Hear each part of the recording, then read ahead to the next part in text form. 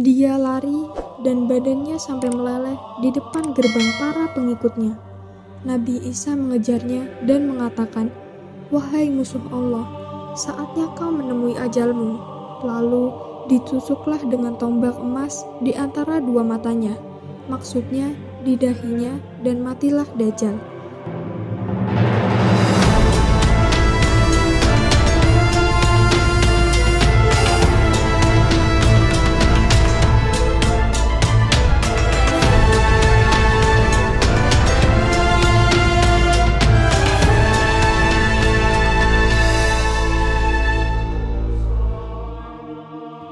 Kisah matinya Dajjal pada akhir zaman, ditusuk oleh Nabi Isa dengan tombak emas hingga meleleh.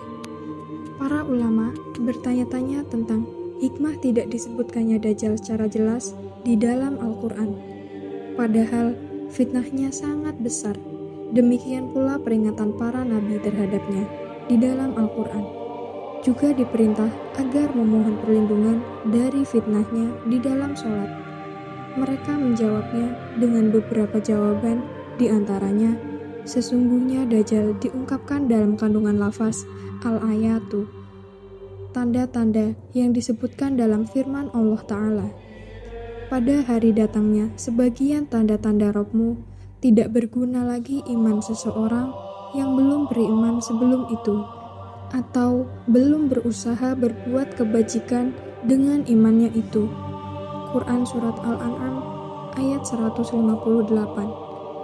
Tanda-tanda yang dimaksud adalah Dajjal, terbitnya matahari dari barat, dan bintang, semuanya diungkapkan dalam penafsiran ayat ini. Sesungguhnya Al-Quran menyebutkan turunnya Nabi Isa alaihi salam dan Nabi Isalah yang akan membunuh Dajjal. Maka menyebutkan Masihul Huda sudah cukup, sehingga tidak perlu menyebutkan Masihud Dolalah. Dan kebiasaan orang Arab adalah merasa cukup dengan menyebutkan salah satu yang berlawanan tanpa menyebutkan yang lainnya. Sesungguhnya dia, Dajjal, disebutkan dalam firman-Nya. Sesungguhnya penciptaan langit dan bumi lebih besar daripada penciptaan manusia. Akan tetapi kebanyakan manusia tidak beriman. Quran Surat Al-Mu'minun ayat 57. Sesungguhnya apa yang dimaksud dengan manusia di sini adalah Dajjal. Ayat ini termasuk pengungkapan semua komponen untuk sebagian darinya. Sesungguhnya Al-Quran tidak menyebutkan Dajjal secara jelas sebagai pelecehan terhadapnya, karena dia telah mengaku sebagai Tuhan, padahal dia adalah manusia, di mana keadaan sangat bertentangan dengan kemuliaan Rabb, keagungan, kesempurnaan, dan kesuciannya dari segala kekurangan. Karena dia sangat hina di sisi Allah dan sangat kecil, sehingga tidak pantas untuk disebutkan di dalam Al-Quran. Walaupun demikian, para nabi memberikan peringatan akan kedatangannya, menjelaskan bahaya fitnahnya sebagaimana yang telah dijelaskan. Sesungguhnya, setiap nabi telah memberikan peringatan akan kemunculan dan memberikan peringatan terhadap fitnahnya. Jika ada bantahan terhadap ungkapan tersebut dengan pernyataan bahwa Al-Quran pun telah menyebutkan Fir'aun, padahal dia telah mengaku sebagai Tuhan yang disembah, maka jawabannya bahwa Fir'aun telah berlalu dan selesai. Hal ini disebutkan sebagai pelajaran bagi manusia. Adapun masalah Dajjal, maka sesungguhnya ia akan terjadi pada akhir zaman. Tidak disebutkan hal ini dalam Al-Quran sebagai cobaan bagi manusia, padahal pengakuannya sebagai Tuhan lebih jelas, sehingga tidak perlu diberikan perhatian atas kebatilannya, karena Dajjal sangat nampak kekurangannya, jelas keburukannya, dan kerendahannya lebih jelas daripada pengakuan yang diserukannya. Maka Allah tidak mengungkapkan di dalam Al-Quran, karena Allah Ta'ala mengetahui dari para hambanya yang beriman bahwa hal seperti itu tidak samar bagi mereka, dan tidak menambah mereka kecuali keimanan dan rasa berserah diri kepada Allah dan Rasul-Nya. sebagaimana yang dikatakan oleh si pemuda yang dibunuh oleh Dajjal. Demi Allah, sungguh aku lebih yakin kepadamu pada hari ini bahwa engkau adalah Dajjal. Dajjal akan mati di tangan Al-Masih Isa bin Maryam alaihi salam, sebagaimana ditunjukkan oleh beberapa hadis sahih. Hal itu bahwa Dajjal akan berkelana di seluruh permukaan bumi kecuali Makkah dan Madinah. Pengikutnya sangat banyak. Fitnah menyeluruh dan tidak ada yang selamat darinya kecuali sedikit saja dari kaum mukminin. Di saat itu, turunlah Nabi Isa bin Maryam di atas menara timur Damaskus. Sementara hamba-hamba Allah yang beriman berkumpul di sekelilingnya, hingga beliau berjalan bersama mereka menuju Dajjal. Adapun Dajjal sedang menghadap ke Baitul Maqdis ketika Nabi Isa turun. Lalu Nabi Isa mendapatinya di pintu Lut. Ketika Dajjal melihatnya, maka dia akan mencair seperti garam yang larut. Kemudian Isa berkata, "Sesungguhnya aku memiliki satu pukulan untukmu. Engkau tidak akan luput dariku." Akhirnya Isa mendapatkannya dan membunuhnya dengan tombak, dan para pengikutnya kalah.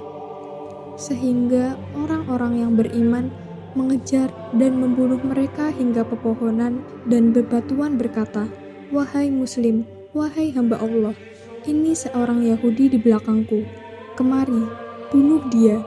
Kecuali Ghorqad, karena ia adalah pohon orang Yahudi. Ada salah satu ulama menceritakan sebuah kisah langka akhir zaman tentang pengejaran Dajjal.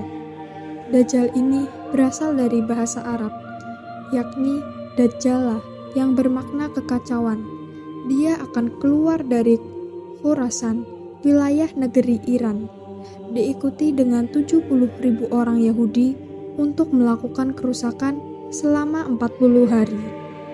Ustadz Khalid Basalamah menjelaskan, kata Rasulullah Shallallahu Alaihi Wasallam, 40 hari dalam hal ini adalah hari pertama seperti 1 tahun, hari kedua seperti sebulan, hari ketiga seperti 1 pekan, dan hari lainnya seperti biasa.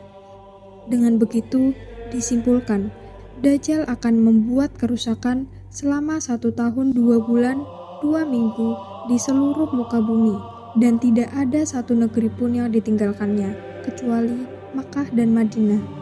Ciri-ciri Dajjal diantaranya adalah mata kanan rusak, rambut keriting, tinggi besar, memiliki kulit kehitam-hitaman, serta dahi lebar yang tertulis Kaf, Fa, Ro, yang membentuk kata kafir. Sebagaimana Rasulullah Shallallahu Alaihi Wasallam bersabda, "Tidaklah seorang nabi pun diutus selain telah memperingatkan kaumnya terhadap yang buta sebelah lagi pendusta. Ketahuilah bahwasanya Dajjal itu buta sebelah, sedangkan Rabb kalian tidak buta sebelah. Tertulis di antara kedua matanya, kafir." Hadis riwayat Bukhari. Pesan dari Nabi Muhammad SAW, ketika Dajjal keluar dari suatu lokasi, maka menghindarlah walaupun harus berlari ke gunung. Tetapi jika bertemu dengannya, maka kuatkanlah iman kalian, meskipun harus dibunuh. Sebagaimana dalam hadis, Rasulullah bersabda, "Siapa yang mendengar keberadaan Dajjal, hendaknya dia menjauh darinya. Sungguh demi Allah, ada seorang mendatanginya dalam keadaan dia mengira bahwasanya dia itu beriman. Namun, pada akhirnya dia malah menjadi pengikutnya disebabkan syubhat-syubhat yang dia sampaikan." Hadis riwayat Ahmad. Ustadz Khalid Basalamah mengatakan Dajjal memiliki api di tangan kanannya, entah di telapak tangan atau di sisi kanan tubuhnya. Kemudian, di sisi kiri terdapat air yang sejuk seperti sebuah lautan yang luas. Ketika umat Islam tertangkap Dajjal, maka pilihlah tangan kanannya, yakni api sambil mengucapkan bismillah. Sesungguhnya api tersebut adalah lautan yang sejuk. Sebagaimana Rasulullah SAW bersabda, "Sungguh aku tahu apa yang ada bersama Dajjal. Bersamanya ada 2 sungai yang mengalir, Salah satunya secara kasat mata berupa air putih, dan yang lainnya secara kasat mata berupa api yang bergejolak. Bila ada yang menjumpainya, hendaklah mendatangi yang ia lihat berupa api, dan hendaklah menutup mata, kemudian hendaklah menundukkan kepala lalu meminumnya, karena sesungguhnya itu adalah air dingin. Hadis riwayat Muslim. Dajjal akan makin banyak memiliki pengikut seiring berjalannya waktu. Ditambah lagi dengan adanya media sosial. Sebagai ulama mengatakan popularitas Dajjal akan semakin cepat terekspos. Tidak hanya itu, Dajjal juga akan sangat mudah mengelilingi bumi, terlebih lagi dengan adanya transportasi seperti pesawat.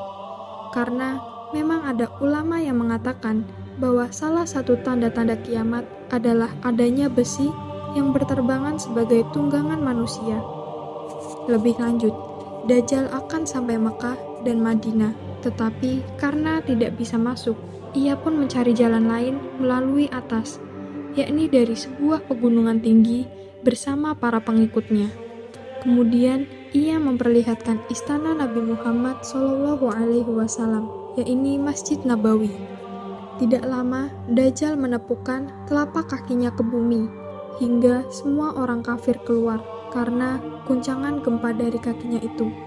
Semua orang yang munafik akan keluar, kecuali orang-orang beriman. Lalu akan ada seorang anak muda yang hatinya bersih keluar dari Madinah. Lantas, Dajjal menangkapnya untuk melakukan demo di depan pengikutnya. Dajjal berkata, "Saya Tuhanmu." Anak muda itu dengan tegas berkata, "Kau adalah Dajjal yang telah disampaikan Nabi Muhammad SAW." Dajjal langsung mengambil sebuah alat tajam seperti gergaji dan membelah dua tubuh anak muda itu hingga kemaluannya. Dajjal kemudian melewati tengah-tengah tubuh anak itu di depan para pengikutnya. Mereka pun bersorak-sorak. Setelah itu, Dajjal berseru, "Bersatulah."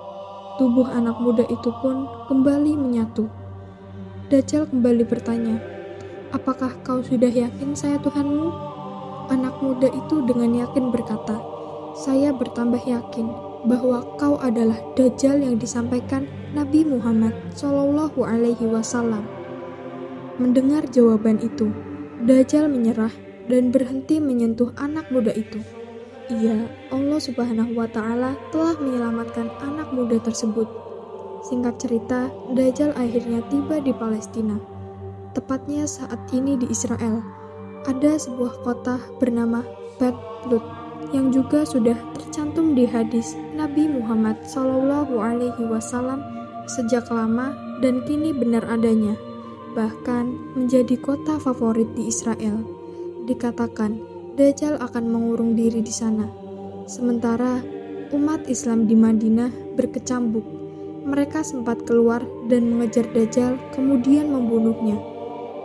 Setelah keluar Madinah, akan ada satu orang yang memiliki nama seperti Rasulullah SAW, yakni Muhammad bin Abdillah, dengan postur tubuh dan paras yang mirip Rasulullah. Ia akan berubah dalam sehari semalam menjadi orang baik dan paham agama. Para umat pun memintanya memimpin peperangan melawan Dajjal. Orang tersebut memiliki julukan sebagai Imam Mahdi yang juga termasuk salah satu tanda-tanda kiamat. Lalu muncullah tanda-tanda kiamat besar yang ketiga, yakni ketika pasukan Imam Mahdi dan pasukan jihad tiba di negeri Syam, tepatnya kota Damaskus. Mereka berhenti sejenak untuk sholat di sebuah masjid. Lalu hadirlah sosok Nabi Isa alaihi salam. Sebagaimana dalam hadis Nawas bin Sam'an, Rasulullah SAW bersabda, "Lalu Isa turun di Menara Putih sebelah timur Damaskus dengan memakai 2 potong baju yang dicelup saffron dan wars, dengan meletakkan kedua telapak tangan di atas sayap-sayap 2 malaikat. Jika dia menundukkan kepalanya, akan menetes. Jika dia mengangkatnya, turunlah air, seperti mutiara. Maka, tidak ada seorang kafir pun yang mencium aroma nafasnya, kecuali Dia pasti mati dan napasnya tercium dari jarak sejauh pandangannya. Akhir cerita, Nabi Isa alaihi salam akhirnya tiba bersama pasukan di depan pintu gerbang Bab Lut. Dikarenakan orang-orang Yahudi tidak tahu sosok Nabi Isa dan lainnya, mereka pun bersorak ramai menyambut kedatangan lawan perangnya. Kemudian, kaum Yahudi itu melaporkannya kepada Dajjal.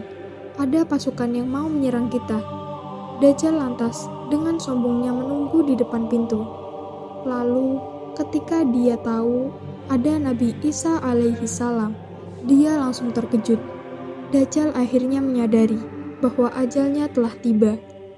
Dajjal paham kalau sudah tiba ajalnya. Begitu melihat Nabi Isa alaihi salam, dia lari dan badannya sampai meleleh di depan gerbang para pengikutnya. Nabi Isa mengejarnya dan mengatakan, "Wahai musuh Allah, saatnya kau menemui ajalmu."